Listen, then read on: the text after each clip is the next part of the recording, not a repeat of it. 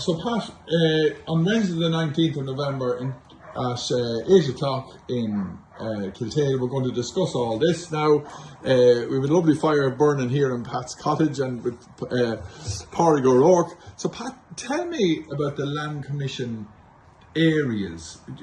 In the practice, you said before you had 35 maybe farmers that were Land Commission came from other parts of Ireland. So what, it was in different areas or districts, or tell me about them, or name them even? Well, just this morning I listed out 35 local divisions of land that were acquired by the Land Commission. Yeah. So that there were families, maybe 4 or 5. So Dunsany would be one. Dunsany would be one.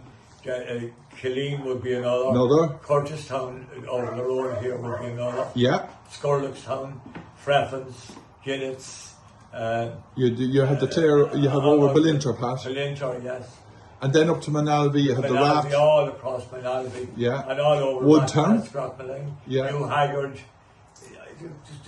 I counted just locally 35. Yeah. So really, they were the foundation of Ireland, of rural Ireland. In this particular area. Yeah. So Pádraig, was there much? So how did you get integrated with the community then? Sport, was it a help or? Oh, football was the main. Yeah, football was the thing. So your family were involved in Fergal, was it? Fergus, yeah, he played for Leitrim.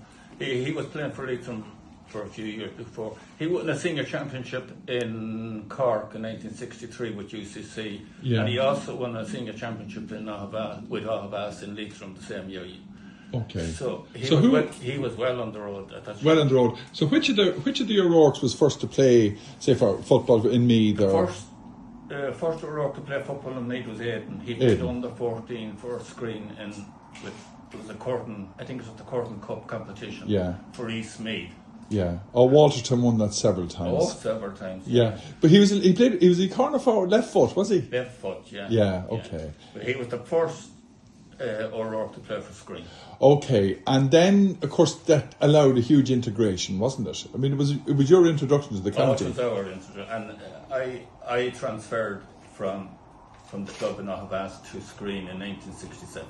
67, and then Colin played. Of course, he started playing with underage with Screen and Meath. Yeah, well, Colin was 9 when he came, so it was another year or two before he started playing under 14. Yeah. Because I don't think at that stage there was any other competition younger than the under 14. 14, yeah.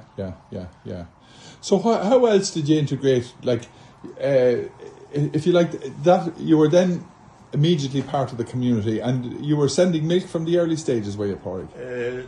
As soon as we came to Meath, we sent the milk to Drogheda Dairies. Yeah. We couldn't send it to Dublin for different reasons. What were the different reasons? Well, politics, I'd say, do most of it. Yeah, okay. So my father contacted Sonny Fox down at Rath, who had come to Meath a few years before us from the neighbouring parish of Drumreilly. Yeah. And my father and Sonny Fox went into Ryan Dairies in Drogheda. And I remember well, they came home with a car full of milk short. Up and running. And the milk was to be on the stand the following morning, and that was the way we started. Okay. I can't remember us dumping milk. Yeah. So Pat, you were serving you're in practice there in the late 60s, if you like, serving the Land Commission farms that were coming and welcoming to the area and all of that. And the most familiar sight in the countryside at the time was the milk stand outside of all these Land Commission holdings. Okay. So you see 2 or 3 milk cans, and indeed farmers would look at one another. I see 3 cans and I have only 2. Were the people with the English speakers, Irish speakers, Pat, or was? A mix. Some of the people that came from Donegal and from Connemara area were native speakers, But we always I personally always had an interest in the revival of the language and trying my own broken words. Yeah. Get a bridge to them, Well done. So look, we're going to cover it all in the Wednesday the 19th in Kiltale GA Clubhouse, where Skurlockstown and District Historical Society are going to meet at 8 o'clock. So we'll flesh out all these concepts and have maps and records and good discussion, isn't that right? Michael Dirk going to be key and okay, and then we're going to have our main speaker in the night, Pat, is going to be? Yes, Martin O'Halloran. Yes. So of course I've already written a book on this subject, and he's really an authority. Okay.